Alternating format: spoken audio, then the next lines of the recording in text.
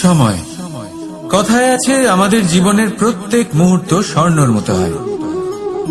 এবার হয় আমরা একে নিজেদের কাছে রাখতে পারি বা একে আমরা চলে যেতে দিতে পারি, কারণ এই ছোট ছোট মুহূর্তই আছে যা আমাদের জীবনকে গড়ে তোলে। এখন এই জীবন কেমন হবে তা আমাদের উপর নির্ভর করে। যদি আপনি একটা মুহূর্তের যত্ন না নেন, যদি আপনি এক মুহূর্ত ভালো না বাসেন, যদি আপনি এক মুহূর্ত স্নেহের আনন্দ না উপভোগ করতে পারেন, তাহলে দেখতে দেখতেই আপনার সমস্ত সময় নষ্ট হয়ে যাবে, আপনি জানতেও পারবেন না। অর্থাৎ এই সময় স্বর্ণ হতে পারে না। তবে আমরা একে স্বর্ণ বানিয়ে নিতে পারি আমাদের চেষ্টার মাধ্যমে। এই সময় শুধু একটি লাঙল যা মাটির সাথে লড়াই করতে পারে, আর কিছু না। একটা অত্যন্ত গুরুত্বপূর্ণ কথা মনে রাখবেন, আপনার কাছে শুধু সময় আছে। এবার আপনি এটা দিয়ে স্বর্ণ বানাবেন না ঘুমিয়ে স্বপ্ন দেখে একে নষ্ট করবেন, সিদ্ধান্ত আপনারই। রাধা রাধা। একটা সিদ্ধান্ত। এই জীবনে একটা সিদ্ধান্তের গুরুত্ব কি হতে পারে তা কখনো ভেবে দেখেছেন? একটা সিদ্ধান্ত সেই ভিত্তি হতে পারে যা আপনার পুরো জীবনকে বদলে দিতে পারে, এই সমস্ত সংসারকে বদলে দিতে পারে, ভবিষ্যৎ বদলে দিতে পারে।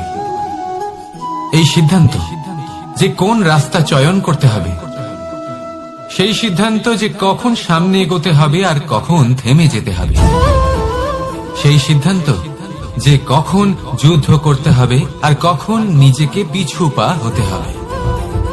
এই সিদ্ধান্ত হলো খুব গুরুত্বপূর্ণ। আর আপনি তো এই সংসারে একা নন, তাই আপনার একটা সিদ্ধান্ত শুধু আপনার জন্যই নয়, সমস্ত সংসারের জন্য গুরুত্বপূর্ণ হতে পারে। এবার এই সিদ্ধান্ত আপনারই হবে। ভাবনা চিন্তা করে নেবেন, সাফল্য পাবেন। রাধা রাধা। ভবিষ্যৎ। সংসারে এমন কোন ব্যক্তি আছেন যিনি নিজের ভবিষ্যতের বিষয়ে ভাবেন না? যে কেউ ভাবেন আমার ভবিষ্যৎ কিছু এরকম হবে, আমি ভবিষ্যতে এরকম কিছু একটা করব, এই সুবিধা থাকবে, এই আনন্দ পাবো, ইত্যাদি ইত্যাদি। কিন্তু সত্যি বলি, ভবিষ্যতের থেকে বড় ভণ্ড আর কেউ নেই। ভবিষ্যৎ আপনাকে ছেড়ে চলে যাবে, আপনি জানতেও পারবেন না। ভবিষ্যৎ আপনার থেকে আপনার বর্তমান কেড়ে নেবে। অনেক সময় আমরা ভবিষ্যতের বিষয় ভাবতে থাকি, দুশ্চিন্তা করতে থাকি, ভবিষ্যৎ দিয়ে নিজেকে এতটাই ঘিরে ফেলি যে বর্তমান কি তা ভুলেই যাই, তার বোধই আমাদের থাকে না। ভাবুন, ভবিষ্যৎ কি? ভবিষ্যৎ হলো সেটাই যা এখনো পর্যন্ত ঘটেনি। বর্তমান হলো সেটা যা এখন ঘটছে। তাহলে যা এখনো ঘটেইনি তার বিষয়ে দুশ্চিন্তা করে নিজেকে ব্যতিব্যস্ত কেন করছেন? এই বর্তমান, এটাই হলো গুরুত্বপূর্ণ। এর উপরে সমস্ত ভাবনা কেন্দ্রীভূত করুন। মনে লক্ষ্য অবশ্যই রাখুন, কিন্তু পুরো মনোযোগ শুধু বর্তমানে থাকবে।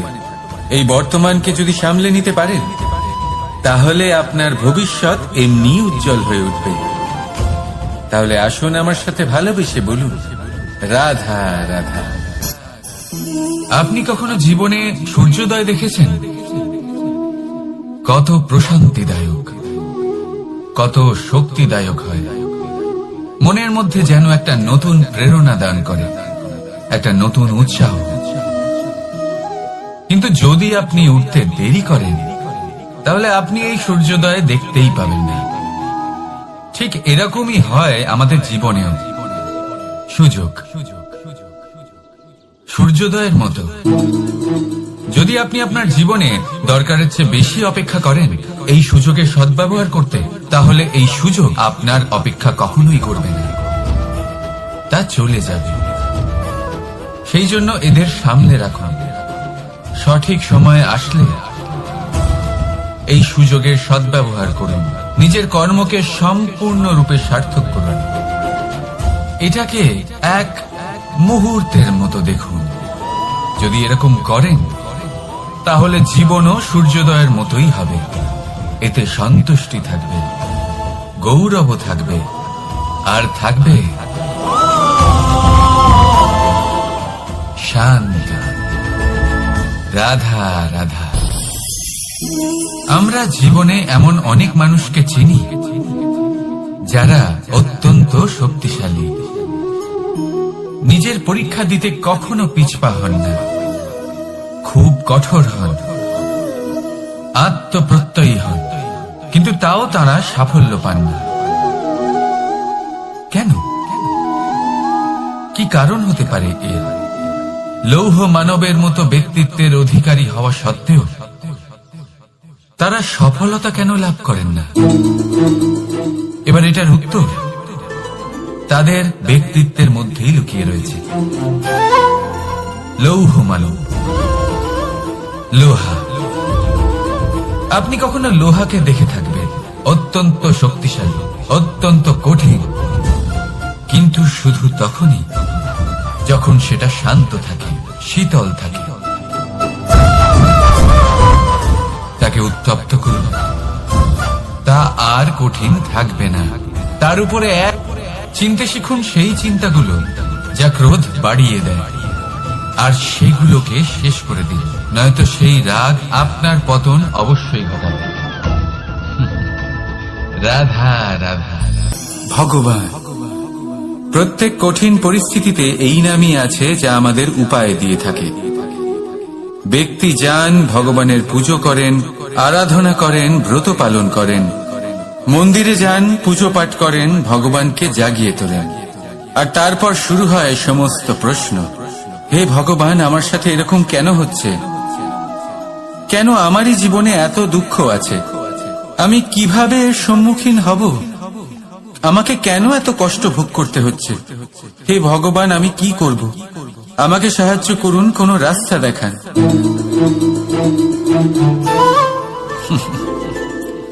চলুন আমি আপনাকে একটা প্রশ্ন করি। মন্দিরে যাওয়ার চেষ্টা করার আগে আপনি কি জীবনে ততটা চেষ্টা করেছেন যতটা সেই সমস্যাকে দূর করার জন্য দরকার ছিল? দ্বিতীয় প্রশ্ন,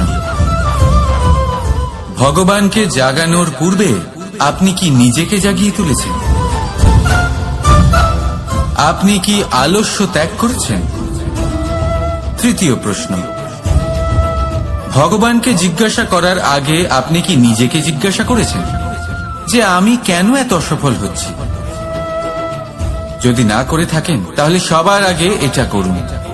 আপনি সমস্ত প্রশ্নের উত্তর পাবেন, সমস্ত বিপদের পরিত্রাণ পাবেন। অন্য কোথাও নয়, নিজের ভেতরে তাকিয়ে দেখুন। চেষ্টা করুন নিজেকে জাগিয়ে তোলার। আপনি সফল অবশ্যই হবেন, কারণ এই পরমাত্মা, ওই পরমেশ্বর, ওই পরব্রহ্ম আপনার মধ্যেই তো আছে। রাধা রাধা। আমরা অনেকবার লোকের থেকে এই কথা শুনেছি, জীবনে যখনই ধন অর্জন করবে বাঁচিয়ে রাখবে। কি হয়, কঠিন পরিস্থিতিতে আপনার খারাপ সময় তা আপনার কাজে আসে। কিন্তু এই কথা কি 100% সত্যি? ভাবুন,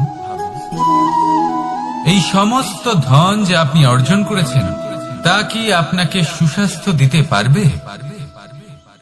এই সমস্ত ধন কি আপনাকে সুখ এনে দিতে পারবে?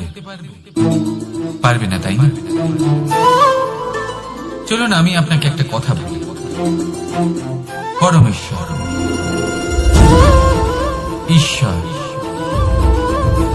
যদি এই ঈশ্বরের ওপর আপনি বিশ্বাস রাখেন, সর্বদাই ভালো কাজ করেন, সবার মধ্যে প্রেম ছড়িয়ে দেন, আর সবার জন্য শুধু ও শুধুমাত্র শুভ কামনা করেন, তাহলে আপনার সাথে কখনো কোনো খারাপ হতে পারে না।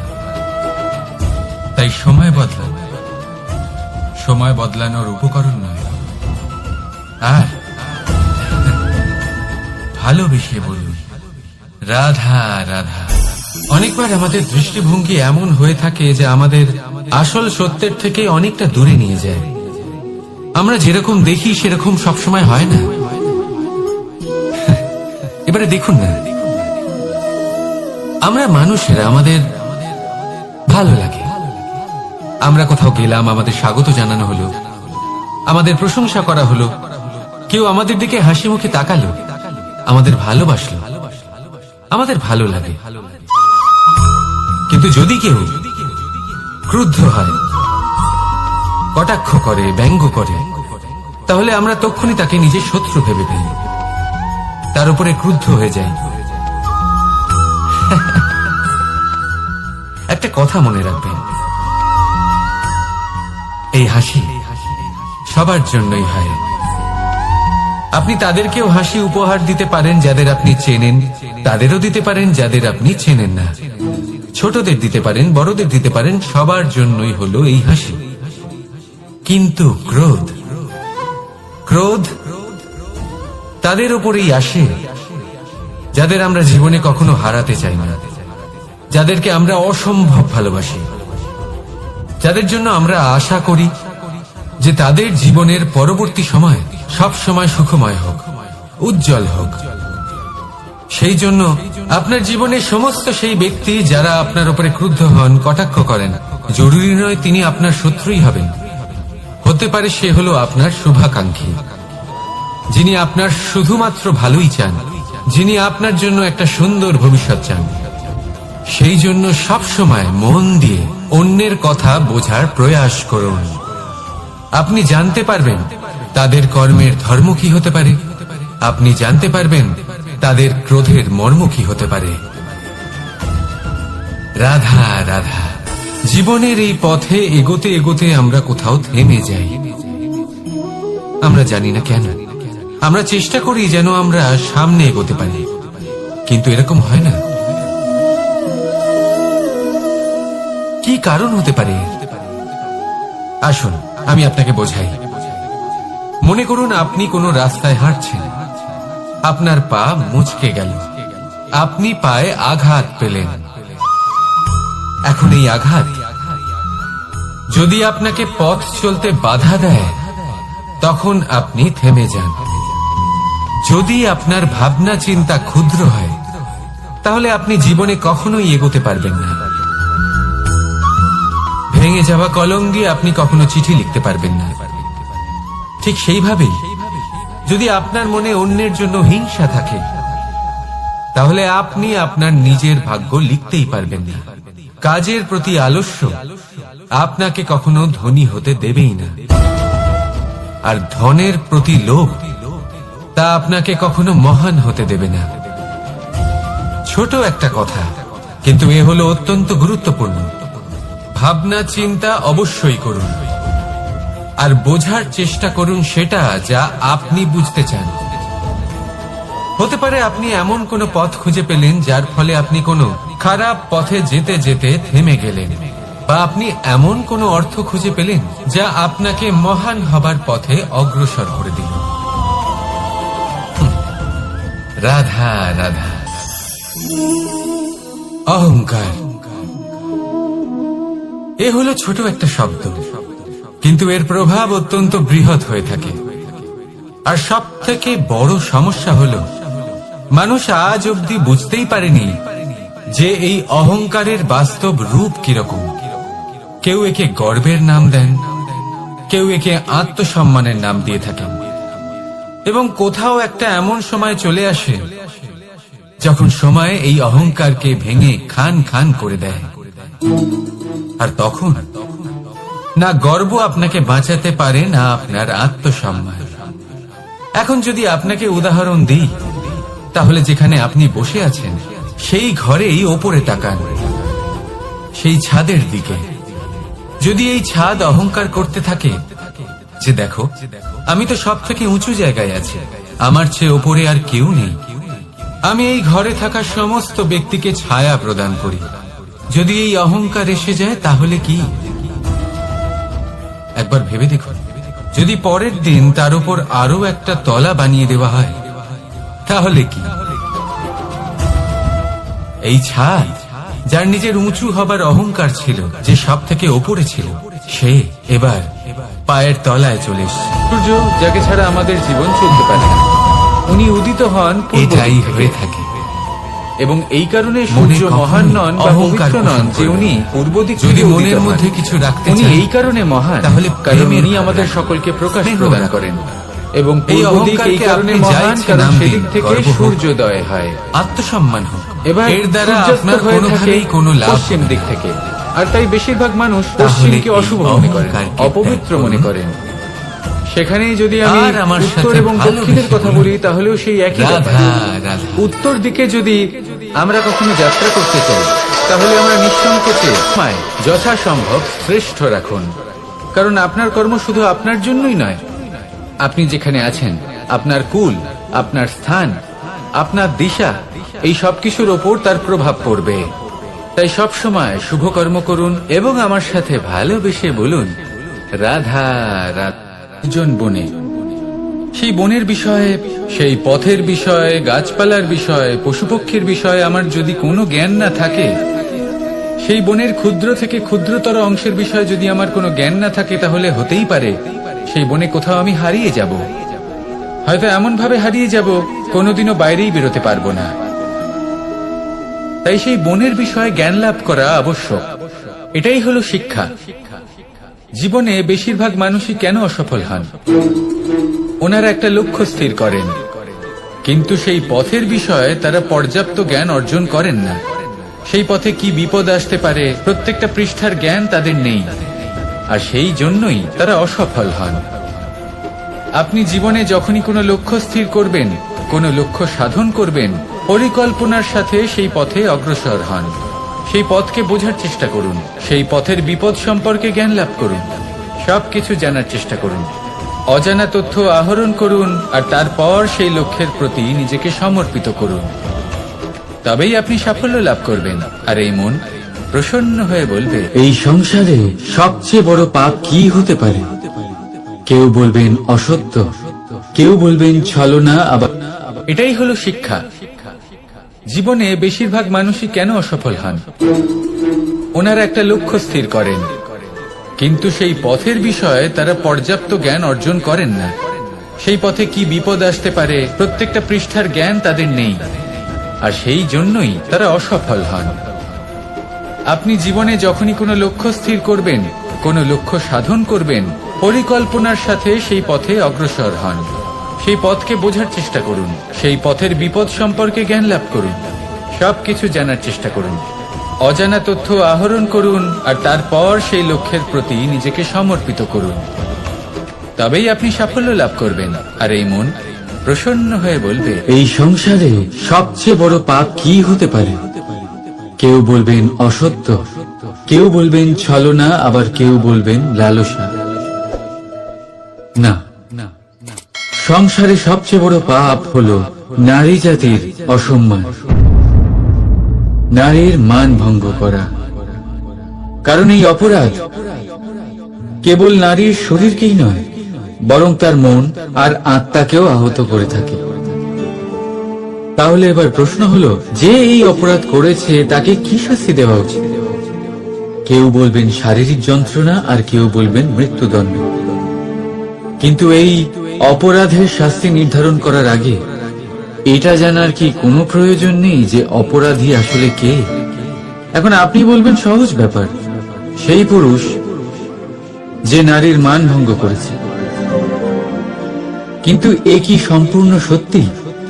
নিজের অপমানের জন্য, নিজের সম্মানকে নিজেই হারানোর জন্য কখনো নারী কি নিজে দায়ী হতে পারে না?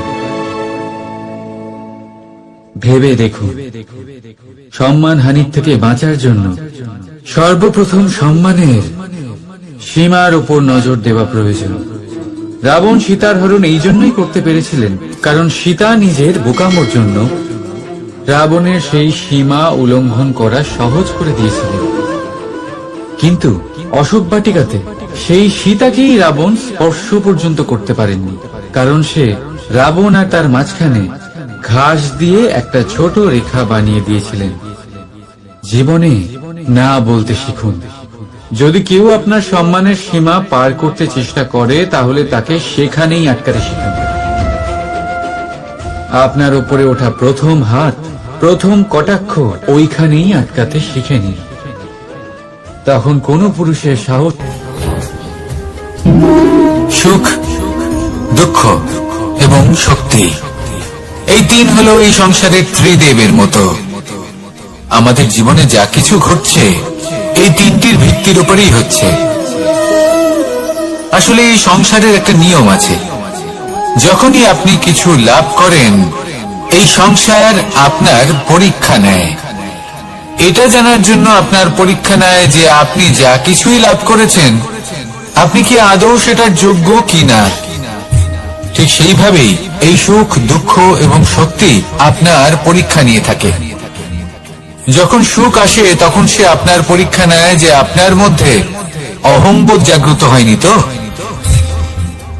যদি অহংবোধ চলে আসে তাহলে সুখ সেখানেই সঙ্গ ত্যাগ করে।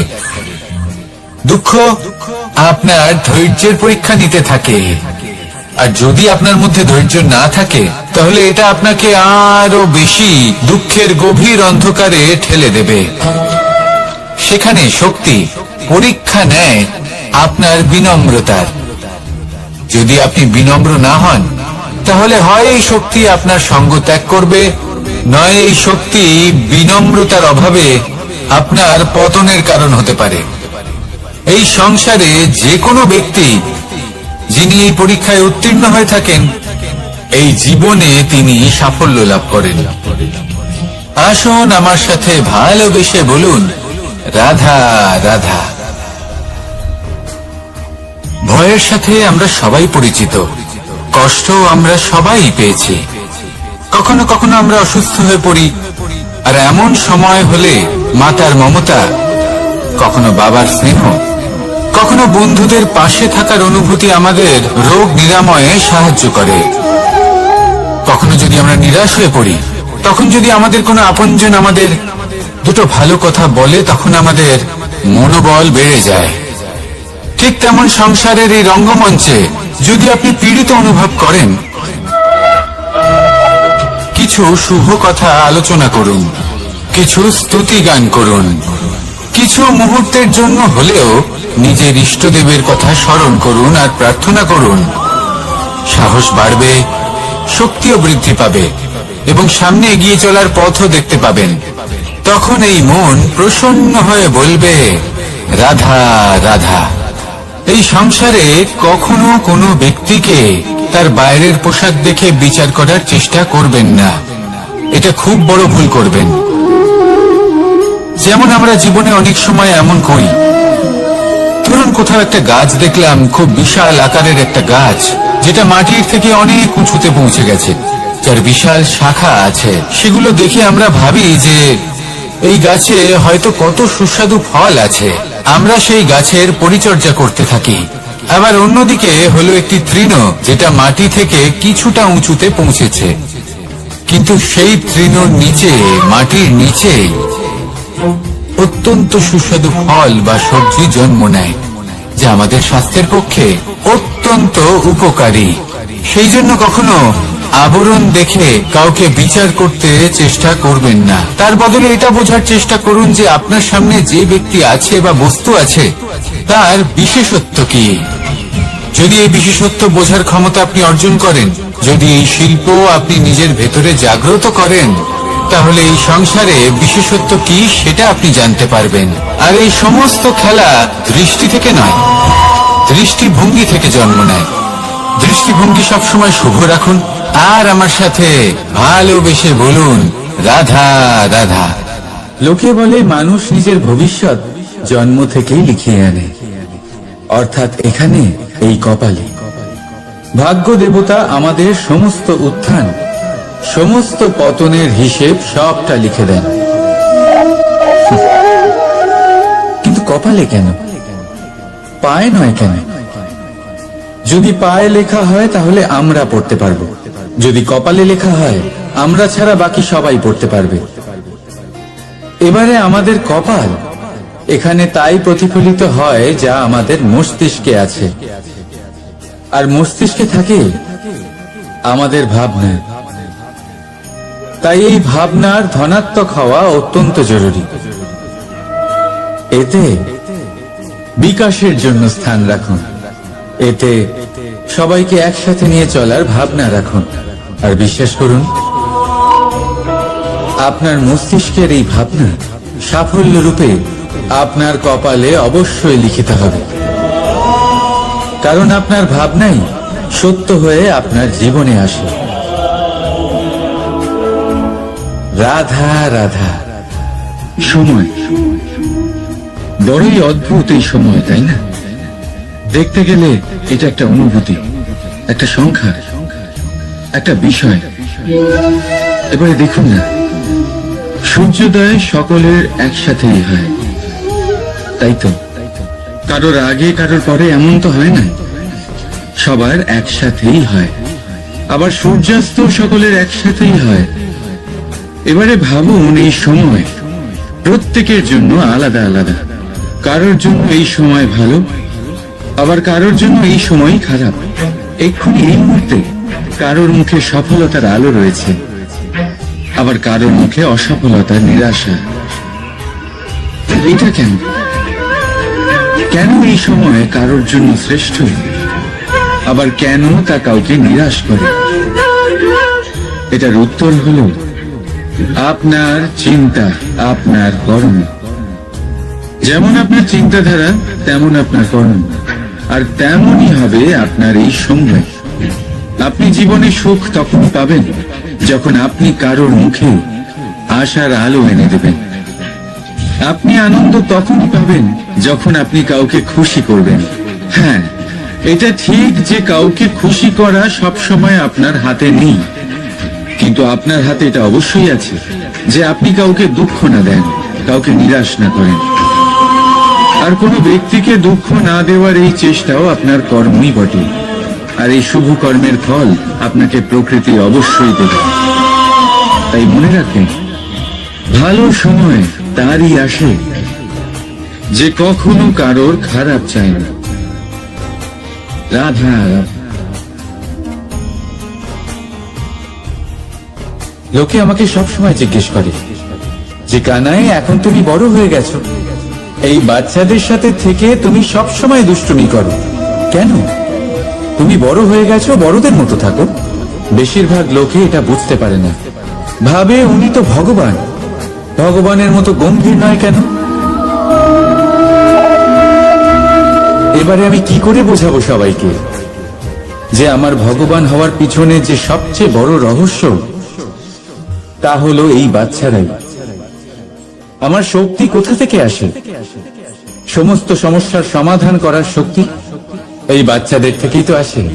জীবনে বাঁচার শক্তি, সংসারকে প্রেম শেখাবার শক্তি এই বাচ্চাদের থেকেই আসে। কারণ বাচ্চাদের থেকে বড় কোনো ভগবান হয় না। এবারে দেখুন না, পুরাণ আর বেদের কোনো জ্ঞান নেই ওদের, কিন্তু খুব ভালোভাবেই জানে যে একজন উদাস ব্যক্তির মন কি করে ভোলানো যায়, কি করে তাকে আনন্দ দেওয়া যায়। আর এই এক বিশাল ব্যাপার। কোনো ন্যায়, কোনো নীতির জ্ঞান নেই ওদের, কোনো ভেদাভেদ করতে জানে না। কিন্তু এটা অবশ্যই জানে একজন একা অজানা ব্যক্তিকে নিজের দলের সদস্য কি করে বানাতে হয়, কি করে তাকে আপন করতে হয়। আর এই এক বড় ব্যাপার। এই বাচ্চাদের থেকে অনেক কিছু শেখার আছে। তাই আপনারাও নিজেদের জীবনে গম্ভীর হওয়ার চেষ্টা কখনোই করবেন না। আর যদি করেন, তাহলে এই সংসার খুবই নিরস লাগবে আপনার। আপনিও বাচ্চাদের মতো নিষ্পাপ থাকুন আর নিজেকে আনন্দে রাখুন। লাভ আর ক্ষতির ঊর্ধ্বে গিয়ে সম্পর্ককে দেখুন। জ্ঞান অর্জন করার পরিবর্তে ভালোবেসে সম্পর্ক পালন করুন। আপনি নিজেই বুঝে যাবেন যে এই সংসার কতটা সুন্দর। রাধা রাধা। মানুষ জন্ম নেয়, আর জন্ম নিলেই তার জীবনযাত্রা শুরু হয়ে যায়। তারপর সে পরিশ্রম করে, লড়াই করে, আর সে তার ফল অবশ্যই পায়। সেই নিজের জীবনযাত্রা নিজেই সাজায়। তার জীবনে ভয় ততক্ষণ প্রবেশ করে না যতক্ষণ না সে জীবনে কিছু অর্জন করে। একবার সে কিছু পেয়ে গেলে তারপরে সেটা হারিয়ে যাওয়ার ভয় মনের মধ্যে জন্ম নেয়। তারপর সে ভাগ্য, জ্যোতিষ, ভবিষ্যৎ এইসব দেখতে ব্যস্ত হয়ে পড়ে। আমি আপনাকে একটা প্রশ্ন করছি, আপনি যখন এই সংসারে এসেছিলেন কি নিয়ে এসেছিলেন যে আপনি হারাবেন? কিছুই না। আপনার বশে আপনার জীবনের সেই মুহূর্তই আছে যা আপনার হাতে আছে, অন্য কিছুই নয়। আপনার হাতে আছে আপনার কর্ম। যে জীবনে দুর্ভাগ্যে হতাশ হয় না,